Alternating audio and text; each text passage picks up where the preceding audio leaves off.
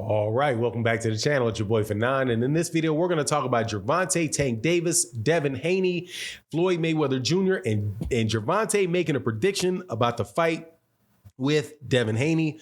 Let's talk about that in this video.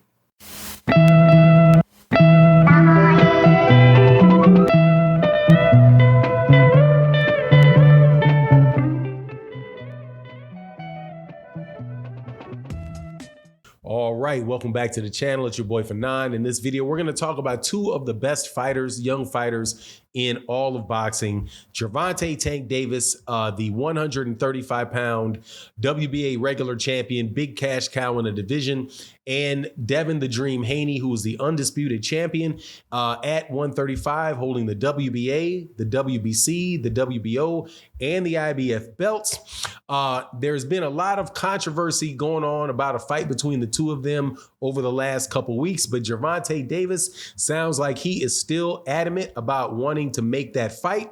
But before I get into that, let me welcome you back to the channel. If you're new to the channel, thank you for checking out the channel. If you like what you see, please make sure you hit that subscribe button and hit that bell icon so you can be notified of when we release more videos. And if you are a longtime subscriber and supporter to the channel, thank you so much for continuing to support the channel. It is greatly appreciated. Make sure you hit that like and share before you leave the door. All right, so in this video, we're going to talk about Gervonta Davis and what his camp had to say last night about Devin Haney. There was some news that came out yesterday or the day before from Floyd Mayweather Jr., who basically said that Devin Haney and Shakur Stevenson need to stay on their side of the street and fight each other and not worry about Gervonta Davis, because Gervonta Davis, as long as he's with Floyd Mayweather Jr. and Al Heyman, he's going to be all right. He's going to be good. He's going to make a bunch of money in his fights, right? Also, I add that over on the PBC side of the street, there is more and more lightweights that are becoming like high profile lightweights over with the PBC. So there's going to be plenty of fights for Gervonta Davis to have. Specifically, you've got Michelle Rivera and you have Michelle Rivera and you've got Frank Martin. Also, you got Isaac Cruz, who he already fought, and Rolly Romero. But once those two guys fight, the Michelle Rivera and the Frank Martin, those guys very well may wind up fighting Gervonta Davis. And I do believe that there's a couple more guys out there that are really starting to build their name at 135 pounds. So I think that is what the PBC, specifically Floyd and those guys, are trying to do, which is, have in-house fights. And that's not something that should be, how can I say this? I don't think that that's necessarily a bad thing, or better yet, it's not a unique thing, because that's exactly what is going on over there with all the belts at Top Rank. People just naturally look and say, okay, all the belts are over here at Top Rank. That means all the better fighters are over there. That may very well not be true. They just have all of the belts over there. For example, Devin Haney beat George Kambosos to get those belts. George Kambosos I doubt very much if George Kambosos beats Frank Martin. I doubt very much if George Kambosos beats Isaac Cruz. And I doubt if he beats Michelle Rivera, but he was in the right place at the right time, beat Teofimo Lopez, and he got those belts. But as far as what Gervonta Davis says he wants to do, he's saying that he still wants to fight, or at least they're implying that by saying, look, I can do whatever I want to do. And if I want to fight Devin Haney for undisputed, I can do that. However, he's not going to go 12 rounds, right? They can't see him going 12 rounds with Gervonta. And I'm going to tell you, man, that is a really, really interesting thing, because if you look at the fight, there's definitely a chance that he could get knocked out before seeing that 12th round, or seeing that full 12 rounds go by. And the reason I'll tell you that is because, Gervonta Davis is a very, very well-rounded fighter. He can fight going backwards. He can fight coming forwards. And he's got one-punch knockout power in either hand, and he's a southpaw. The major thing there being the southpaw for me, because Devin Haney really likes to control fights with his jab.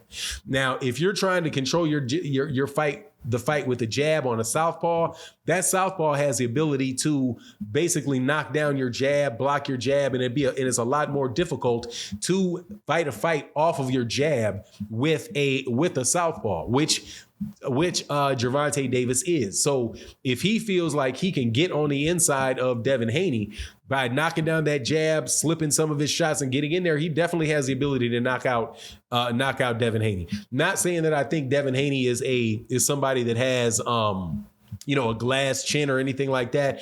Definitely seen him get hit though, because he is somebody that gets hit. A lot of people say Devin doesn't get hit, right? But that's not the case. I've seen him get hit firmly in several different fights. And for example, if Gervonta Davis is able to land the shot on him that Jorge Linares lands on him, it may very well be night just off that one shot. And definitely, if he hits him with that uppercut, they can definitely lift you. Now, do I think that he will do that? I can't say it, right?